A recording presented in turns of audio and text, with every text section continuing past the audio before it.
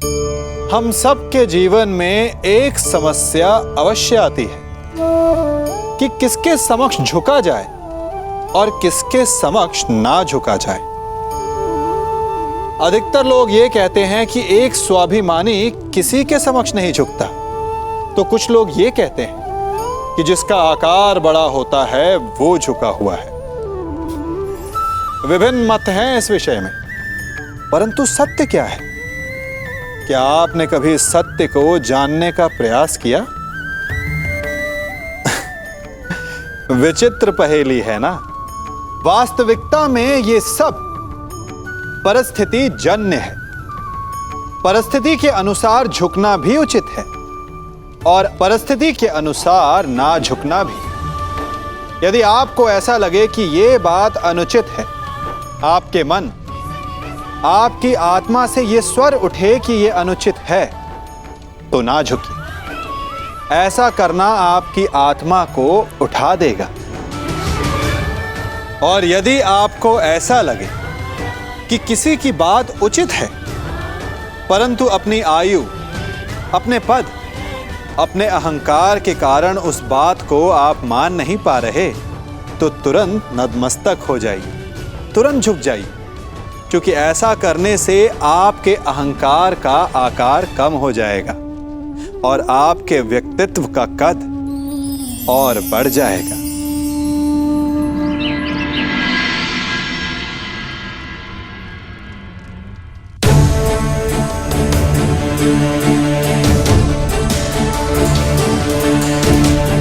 आज युद्ध का तीसरा दिन है।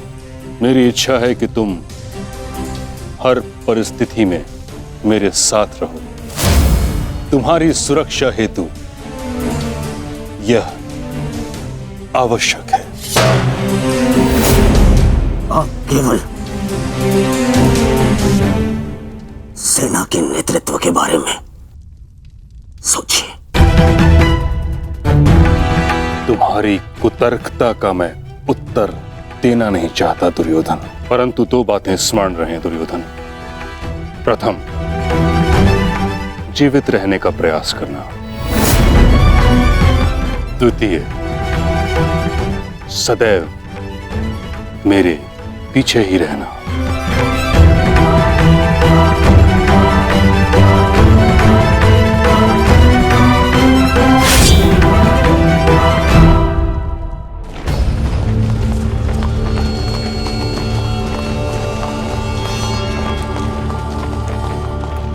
प्रणिपात पिताश्री। यशस्वी भव। मैं यहां तुम्हें यह बताने नहीं आया कि मन लगाकर युद्ध करना, क्योंकि वो तो तुम करोगे ही। मैं यहां तुम्हें एक सीख देने आया हूं।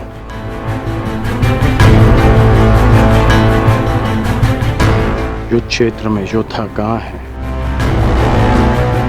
ये जानने का सबसे अच्छा संकेत है उसके युद्ध की पताका। तुम्हें जिसकी भी रक्षा करनी है या जिस पर भी प्रहार करना है, उसके रथ की पताका को जानना, पहचानना बहुत आवश्यक है। मैंने ये तुमसे पहले नहीं कहा, पर आज कह रहा हूं कि मुझे स्वयं पर गर्व है कि मैं तुम्हारा पिता हूं।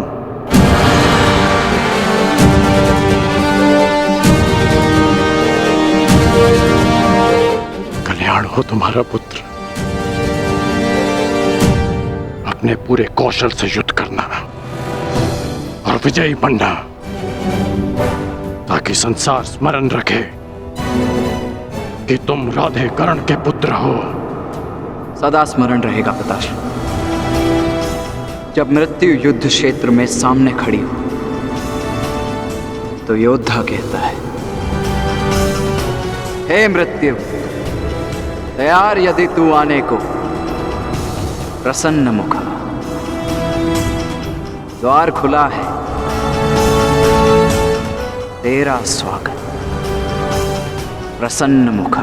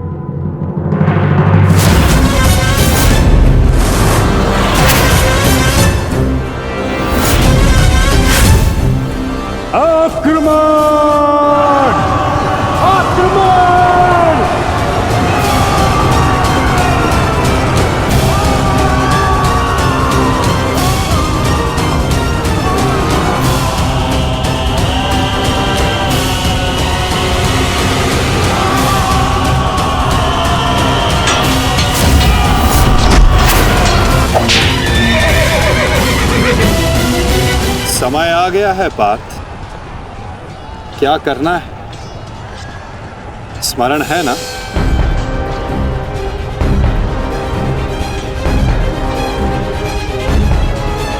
जी माधव। आज महामहिम भीष्म ने गरुड़ व्यूह का निर्माण किया है महाराज। किंतु पांडवों ने कौन सा व्यूह रचा है संजय? पांडवों ने अर्धचंद्र व्यूह की रचना की है महाराज। मूर्ख है युधिष्ठिर, कभी भी अर्धचंद्र व्यूह गरुड़ व्यूह को नहीं तोड़ सकता।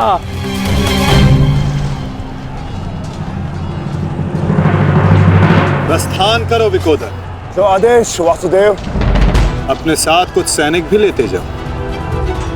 जी वासुदेव। सैनिकों, आगे बढ़ो।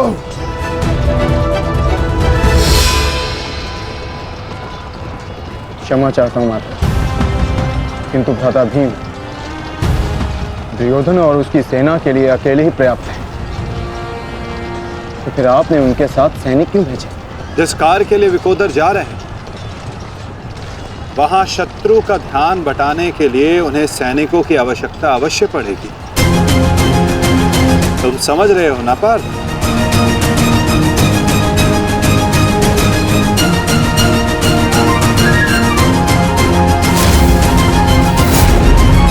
दुर्योधन, कल जो कार्य अधूरा रह गया था उसे पूर्ण करने का आज समय आ गया है। हाँ भीम, हाँ, क्योंकि नियति ने तुम्हारी मृत्यु मेरे हाथों लिखी है, मेरे हाथों। आओ, एक बार पुनः सोच लो दुर्योधन, कल मैंने ही तुम्हें प्राण दान दिया था और उसी के कारण आज तुम एक भयभीत हिरण की भांति पितामह की छाया में छिप कर बैठे हो। बाहर निकलो और लड़ो मुझसे। दुर्योधन, कहीं ऐसा तो नहीं कि तुम्हें अब समझ में आ रहा है कि रणभूमि सजाकर तुमने कितनी बड़ी मूर्खता की है? अभी ज्ञात हो जाएगा कि किसने कितनी मूर्खता की है। आओ दुर्योधन, मैं तुम्हारी प्रतीक्षा कर रहा हूं। साथी,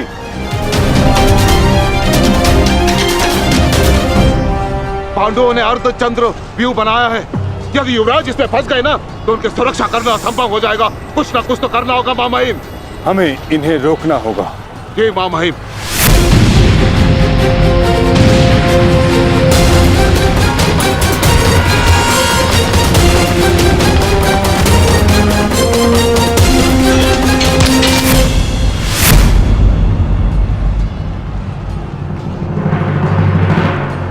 प्रणिपात प्रपितामह।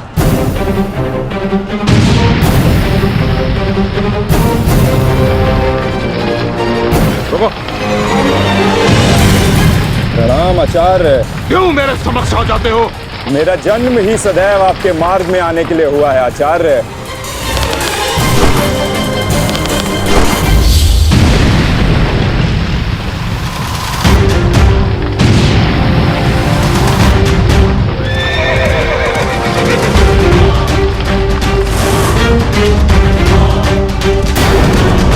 मुझे युवराज की सहायता के लिए जाना होगा।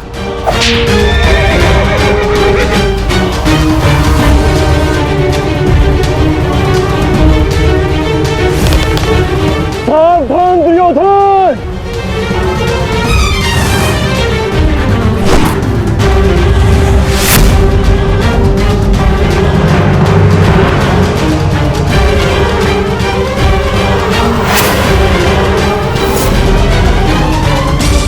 चूक गए अर्जुन। अपना एक बाण व्यर्थ कर दिया तुमने। ना मेरा बाण अपना लक्ष्य चूकता है और ना मैं कोई बाण बिना लक्ष्य संधान करता हूं।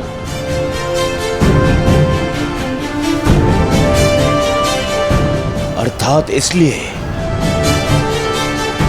ताकि पितामह भीष्म मुझे ढूंढ ना पाए। ये युद्ध हम भाइयों के मध्य है, तो फिर इसमें आचार्य द्रोण और पितामह को कष्ट क्यों देना?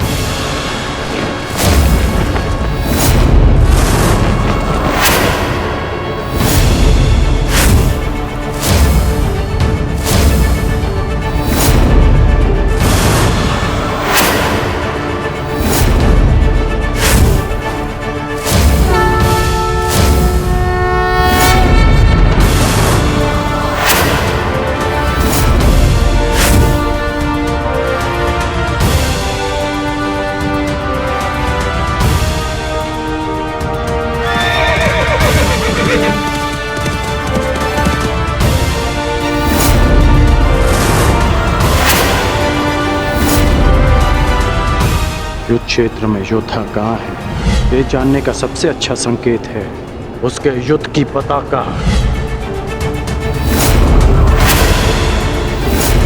सारी पांडव पताकाएं एक साथ, अर्थात वहां कोई एक विशेष शत्रु है, और वो विशेष शत्रु युवराज दुर्योधन के अतिरिक्त और कोई नहीं हो सकता।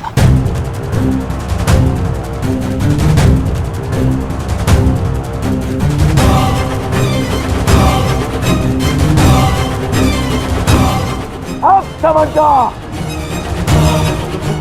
जब बल से कार्य नहीं बना तो छल से मुझे बंदी बनाने की योजना बनाई है तुम पांडवों ने। हाँ?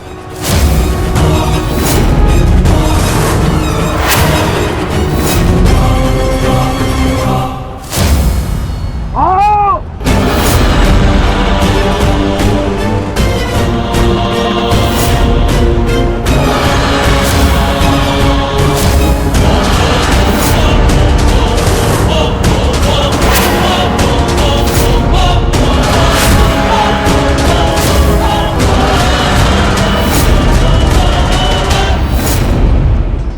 सावधान दुर्योधन!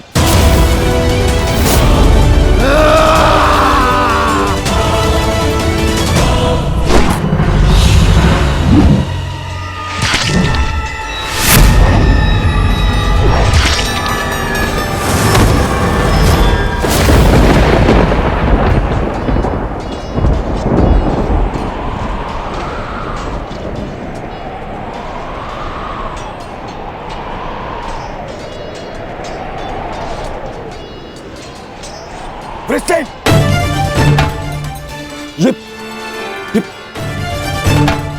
ये क्या किया तुमने पुत्र? वचन पूर्ण किया। उठो उठो उठो।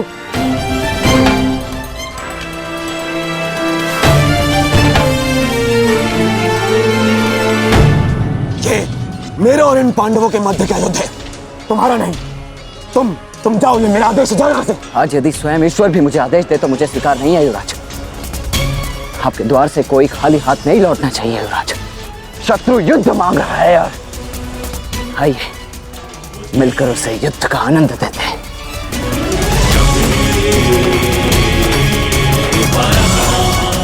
हर हर महादेव। हर हर महादेव।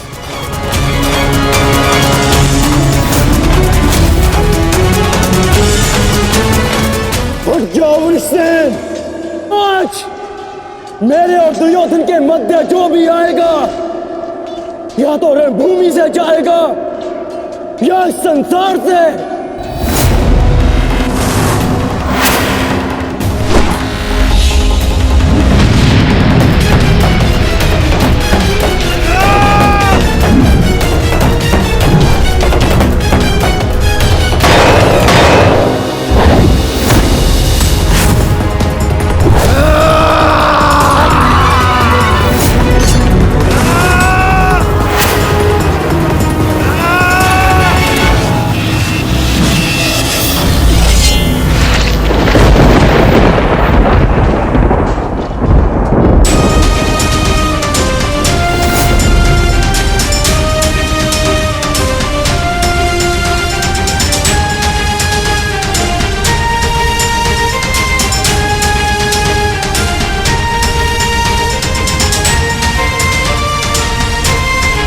इससे तुम ठीक तो हो पुत्र? हाँ, आप मेरी चिंता मत कीजिए युवराज, आप स्वयं। प्रिंसेस!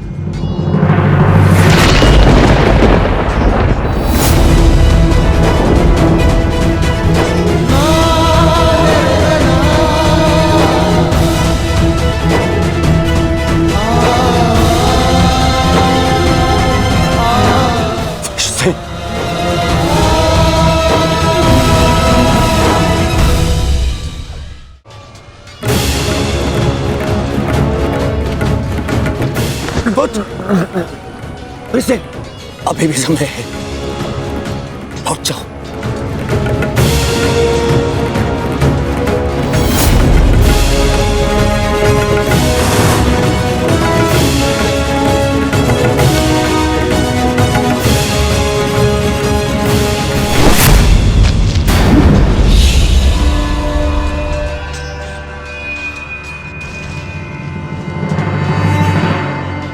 सूर्यास्त होने को है अर्जुन, संधान करो।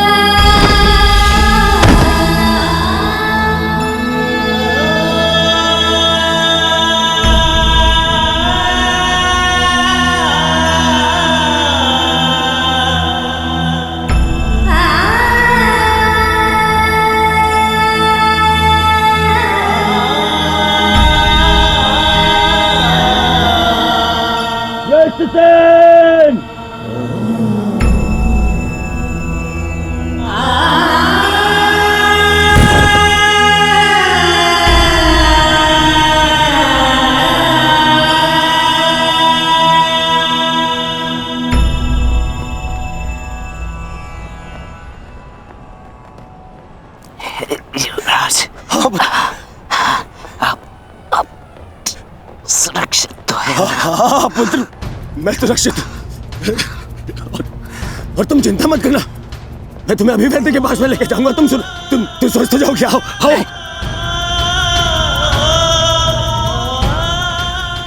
नहीं युवराज, मेरे पास समय नहीं है। नहीं। मुझे कहीं और जाना है। कहाँ जाना है पुत्र? मुझे जाना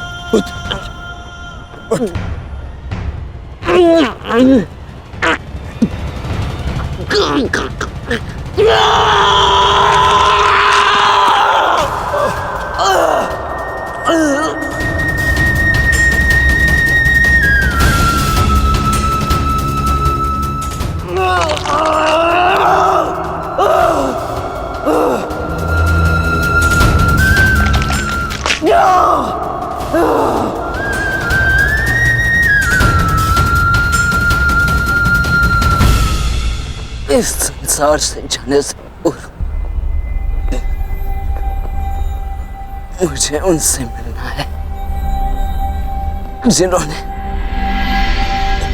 मुझे इस संसार में आने का लक्ष्य समझाया।